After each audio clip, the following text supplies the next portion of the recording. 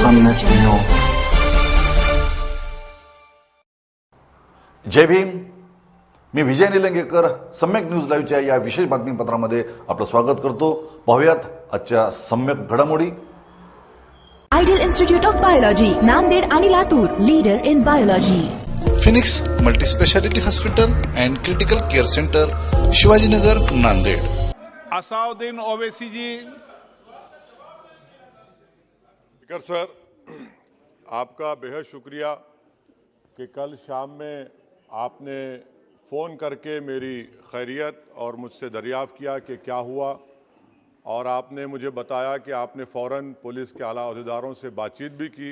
मैं आपका बेहद शुक्रिया अदा करता हूं कि आपने अपनी संवैधानिक जिम्मेदारी को एक रुकने पार्लिमान की जान पर जब कातिलाना हमला किया गया टोल गेट पर, आपने उस बात की. मैं आपका शुक्रिया अदा करता हूं.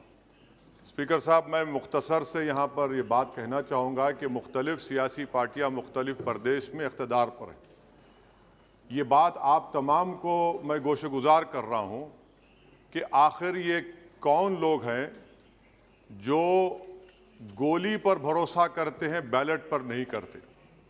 आखिर ये कौन लोग हैं जो इतना रेडिकलाइज हो चुके हैं कि इनको इस संविधान पर एतमाद नहीं रहा, उनको अंबेडकर के बनाए हुए संविधान के खिलाफ हैं, जो इतनी नफरत पैदा करते हैं.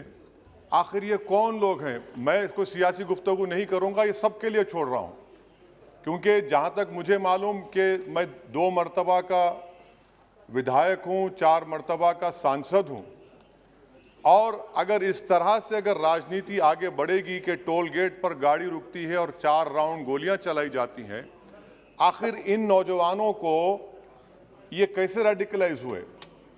और मैं सरकार से पूछना चाहता हूं कि क्या उन्होंने ये रेडिकलाइजेशन सैयद कुतुब की किताब पढ़कर रेडिकलाइज हुए, अब्दुल्ला अज़ाम की किताब पढ़कर रेडिकलाइज हुए, या अयमन अल ज़ोहरी की किताब पढ़कर रेडिकलाइज हुए?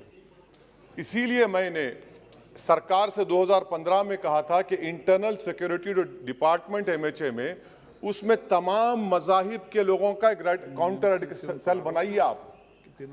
और सर, ये रेडिकलाइज हो चुके हैं तो भारत की इससे राइट विंग कम्युनिज्म और टेररिज्म बढ़ेगा. मैं आपसे अपील कर रहा हूं कि जो गलती NDA 1 में की थी, आप वही करने जा रहे हैं. आपको नुकसान होगा, आपकी सरकार को नुकसान होगा, देश को तो, देश की सालिमियत को खतरा तो पैदा हो रहा है. सर, मैं आपके जरिए से सरकार को यह भी बताना चाहूंगा कि जिन लोगों ने ये रेडिकलाइजेशन किया है, आप इस पर गौर करिए, इन पर UAPA क्यों नहीं लगाते आप? अगर कोई स्पीच देता है, अगर कोई फेसबुक पर किसी क्रिकेट मैच पर किसी टीम की तायीद करता है तो UAPA लगता है. एक सिटिंग MP के ऊपर UAPA नहीं लगेगा सर. मैं सरकार पर छोड़ता हूं. सर, चौथी बात यह है कि रेडिकलाइजेशन की जब बात होती है, हमने यहां पर एक कांग्रेस के बड़े नेता से सुना कि 2 भारत हैं दौलत के एतबार से. नहीं सर, भारत की दौलत मोहब्बत है. भारत की दौलत पैसों की दौलत नहीं है. भारत की दौलत मोहब्बत है. हां, 2 भारत हैं, एक मोहब्बत पर जो पिछले कई बरसों से आबाद है, और एक नफरत पर भारत बन रहा है. तो क्या आप दौलत की भारत की मिसाल देंगे या मोहब्बत की भारत की मिसाल देंगे? अगर मोहब्बत की भारत की मिसाल देंगे तो उसमें आपको मेरी जबान को रोकने के लिए गोली चलाने की जरूरत नहीं है. इस 2 भारत को समझने की जरूरत है. सर, मुझे खत्म सर सुनिए सर, मैंने करीब से 6 फीट से गोलियां देखी. मुझे बोलने दीजिए सर. हो सकता है कि कल दिन ना देखूं मैं. अगर मैं यहां पर नहीं बोलूंगा तो कहां बोलूंगा सर? आप मुझे प्लीज बोलने दीजिए. सर, मैं आपसे गुजारिश ये करना चाहूंगा कि आप हरिद्वार में, रायपुर में और इलाहाबाद प्रयागराज में मेरे बारे में क्या कहा गया? आपके NIB की रिपोर्ट है ना, आप क्यों छुपा रहे उसको? देखिए, मैं मौत से नहीं डरने वाला हूं. हम सबको जाना है इस दुनिया से, बल्कि मैंने कह दिया कि मैं इस वतन में पैदा हुआ, मेरी मां की कोख से तो जमीन पर लिटाया गया. जब मेरी आंख बंद हो जाएगी तो इंशाल्लाह औरंगाबाद की जमीन मुझे दफनाया जाएगा. मगर मैं आपसे अपील करना चाह रहा हूं सरकार से सर, कि जो कुछ बातें की गई हैं उसको देखिए. मैं Z कैटेगरी सिक्योरिटी नहीं चाहिए मुझे. मैं हरगिज नहीं चाहिए मुझे। मैं 94 से पॉलिटिक्स में हूं। मैं आजाद जिंदगी गुजारना चाहता हूं। मैं घुटन के साथ जिंदा नहीं रह सकता इस दुनिया में। मुझे जिंदा रहना है तो अपनी आवाज उठाना है। मुझे अब जिंदा रहना है तो सरकार किसी के उनके खिलाफ बोलना है, और अगर गोली लगती है तो मुझे कबूल है, मगर मैं घुटन की जिंदगी नहीं गुजार सकता। सर, मेरा मानना यह है कि संविधान में अगर देश के गरीबों को, मजलूमों को, अल्पसंख्यक समाज को सिक्योरिटी मिलेगा तो मुझे मिलेगी। सर, आपकी चिंता हमें है ना सर, इसलिए सिक्योरिटी दे रहे हैं सर, आपको नहीं सर, देश के गरीब बचेंगे तो मैं बचूंगा। ओवैसी की जान 1 लाख पीलू से बढ़कर नहीं है सर। ओवैसी की जान उस वक्त बचेगी जब गरीब की जान बचेगी। इसीलिए मैं आपके जरिए सरकार से अपील करना चाहूंगा कि सर, इस नफरत को खत्म करिए, इस नफरत को खत्म करिए और इस पर आप गौर करिए। मैं नहीं लूंगा सिक्योरिटी। मैं जेड कैटेगरी नहीं चाहता हूं सिक्योरिटी। मुझे ए कैटेगरी का शहरी बनाइए आप। मुझे एक कैटेगरी का शहरी बनाइए ताकि मेरी और आपकी जिंदगी बराबर हो।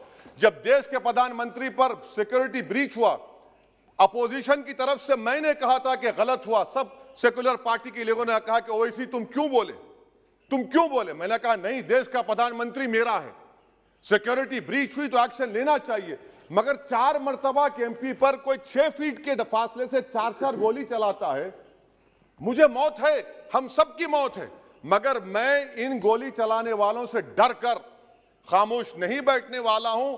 और मैं दुआ करता हूं कि उत्तर प्रदेश में पुरअमन पोलिंग होगी इंशाअल्लाह। उत्तर प्रदेश की जनता गोली चलाने वालों का जवाब बैलेट से देगी, नफरत का जवाब मोहब्बत से देगी, और कमजोरों को दबाने का जवाब हिस्सेदारी से देगी। मेरी आपसे गुजारिश है सर कि मुझे जेड कैटेगरी नहीं चाहिए, मैं रिजेक्ट करता हूं। आप इंसाफ करिए सर, उस पर यूएपीए लगाइए। और इनके दिमाग कौन है? 2 लोग रेकी करते हैं, उनको मालूम कि मैं मीरठ किठौर से आ रहा हूं उस टोल गेट पर, और 6 फीट के फासले पर गोली चलाते हैं। तो आप देख लीजिए सर, आप सरकार के हवाले, अगर आप इंसाफ करना चाहे आप इंसाफ कर सकते, मगर रेडिकलाइजेशन आपको नुकसान पहुंचाएगा और इससे राइट विंग टेररिज्म बढ़ेगा। शुक्रिया सर। पाहत रहा सम्यक न्यूज लाईव्ह। बातमी पाहण्यासाठी यूट्यूबवर सबस्क्राईब करा,